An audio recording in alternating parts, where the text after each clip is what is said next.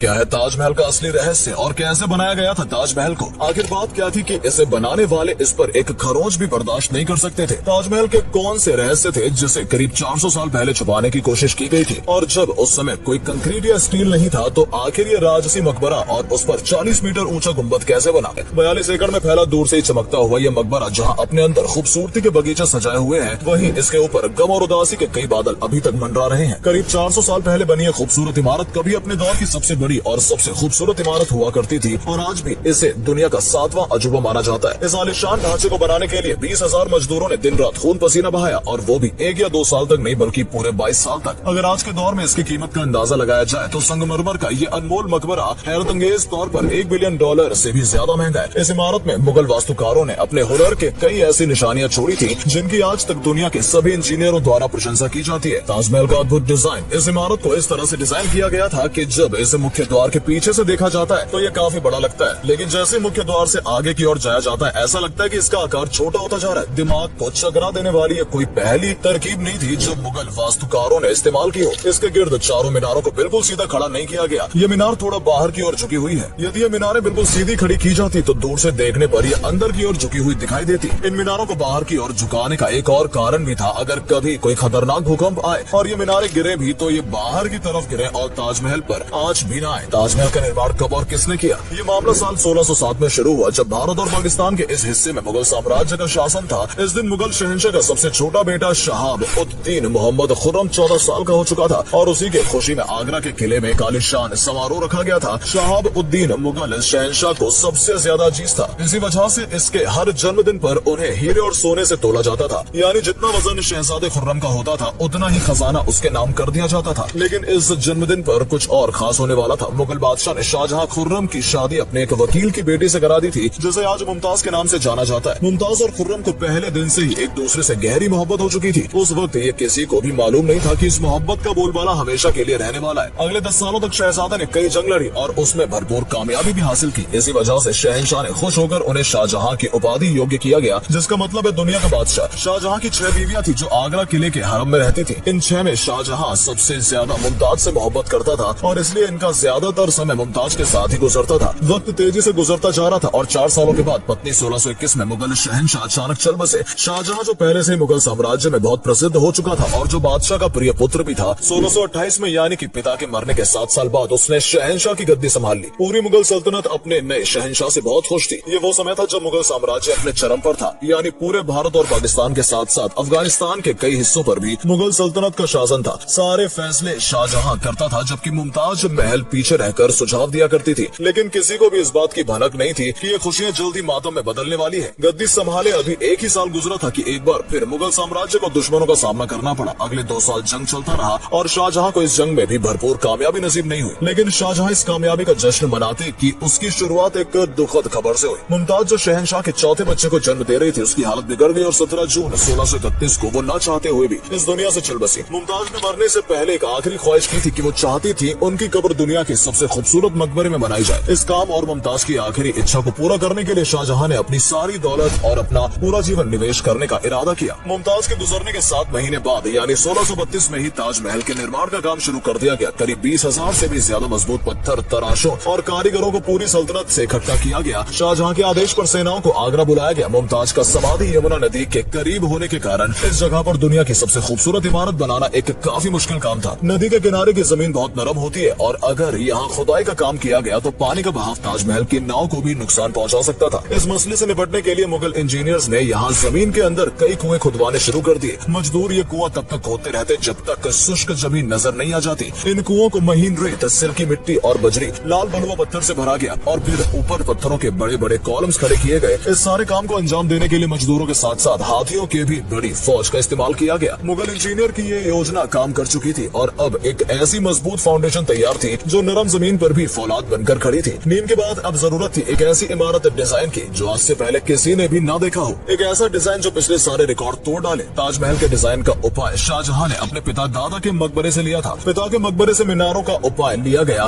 दादा के मकबरे से बिल्डिंग कोर का उपाय लिया और अपने चाचा के मकबरे से गुम्बद का उपाय लिया। और जब इन सबको मिलाया गया तो एक शानदार और आलीशान डिजाइन उभर कर सामने आया। इमारत का ढांचा बनाने के लिए मौके पर ही लाखों नहीं बल्कि करोड़ों ईंटें भी बनाई गई। ये सब इतना आसान नहीं था और इसमें इसमें बहुत सारा पैसा भी खर्च हो रहा था। शाही खजाना दिन ब दिन खाली होता जा रहा था, लेकिन शाहजहां को किसी बात की परवाह नहीं थी। बस उसे एक काम हर हाल में पूरा करना था, निर्माण कार्य। कहा जाता है कि ताजमहल के निर्माण में इतने लोगों को लगाया गया था जिससे आसपास के इलाकों में खाना पीना खत्म हो गया। 2000 मजदूरों और कारीगरों की मांग को पूरा करने के लिए शाहजहां आसपास के तमाम इलाकों से अनाज आगरा मंगा लिया गया। कई सालों की मेहनत के बाद इमारत का ढांचा बनकर तैयार हो चुका था और अब बारी थी इसे संगमरमर से सजाने की। ये संगमरमर आगरा से 400 किलोमीटर दूर राजस्थान से मंगाया जाना था, क्योंकि यहाँ का मकबरा मार्बल आज तक दुनिया का बेहतरीन मार्बल माना जाता है। शाहजहां ने पूरा मकबरा मार्बल को ताजमहल के लिए आरक्षित कर रखा था, यानी ताजमहल की मांग पूरी होने तक किसी को भी इस मार्बल को खरीदने की इजाजत नहीं थी। 1000 हाथियों की मदद से हजारों टन वजनी मार्बल राजस्थान से आगरा मंगवाए गए। ताजमहल का खूबसूरत गुम्बद इतना बड़ा था कि इसे आंखों से देखकर ही अंदाजा लगाया जा सकता है। आजकल इस प्रकार के गुम्बद को स्टील के ढांचे पर बहुत आसानी से बनाया जा सकता है, लेकिन 400 साल पहले उनके पास 40 मीटर ऊंचे गुम्बद को बनाने के लिए बस पत्थरों का ही सहारा था। आज के इंजीनियर भी इस गुम्बद को बनाने में मुगल इंजीनियर द्वारा गणना किए गए तनाव की सराहना करते हैं। ताजमहल की कुछ खास बातें। ताजमहल की खास बातों में एक बात ये भी है कि ये दिन में 4 बार अपना रंग बदलता है। सुबह के समय सूरज निकलने से पहले ये बिल्कुल पिंक शेड देता है और सूरज निकलने के बाद ये हल्का पीला शेड देता है, जबकि दोपहर के वक्त ताजमहल की खूबसूरती का नया रुख देखने को मिलता है। नीले आसमान पर जैसे सफेद मोती चमक रहा हो और शाम के वक्त ये पूरी इमारत गोल्डन रंग की दिखाई देती है। पूरे 22 सालों बाद यानी कि सन 1654 में ताजमहल का निर्माण का काम पूरा कर लिया गया था। शाहजहां ने इस इमारत का नाम अपने पसंदीदा बीवी के नाम पर ही रखा। मुमताज से इस मकबरे का नाम ताजमहल रख दिया गया। शाहजहां की ये महंगी परियोजना पूरा तो हो गई, लेकिन इसने मुगल सल्तनत को विनाश की कगार पर ला खड़ा किया। 4 साल बाद यानी 1658 में शाहजहां और मुमताज के अपने ही बेटे ने बंदी बना लिया और खुद मुगल साम्राज्य का बादशाह बन गया। पिछले 30 सालों से राज कर रहे शाहजहां को आगरा के किले में ही कैद कर दिया गया था। शाहजहां को एक ही सुविधा दी गई थी कि वो ताजमहल को उस कमरे की खिड़की से देख सकता था जिसमें वो बंद था। 8 साल की कैद के बाद शाहजहां 64 साल की उम्र में इस दुनिया को अलविदा कह गए। शाहजहां का मुमताज से दोबारा मिलने का वक्त आ चुका था और उनको ताजमहल में ही दफन कर दिया गया।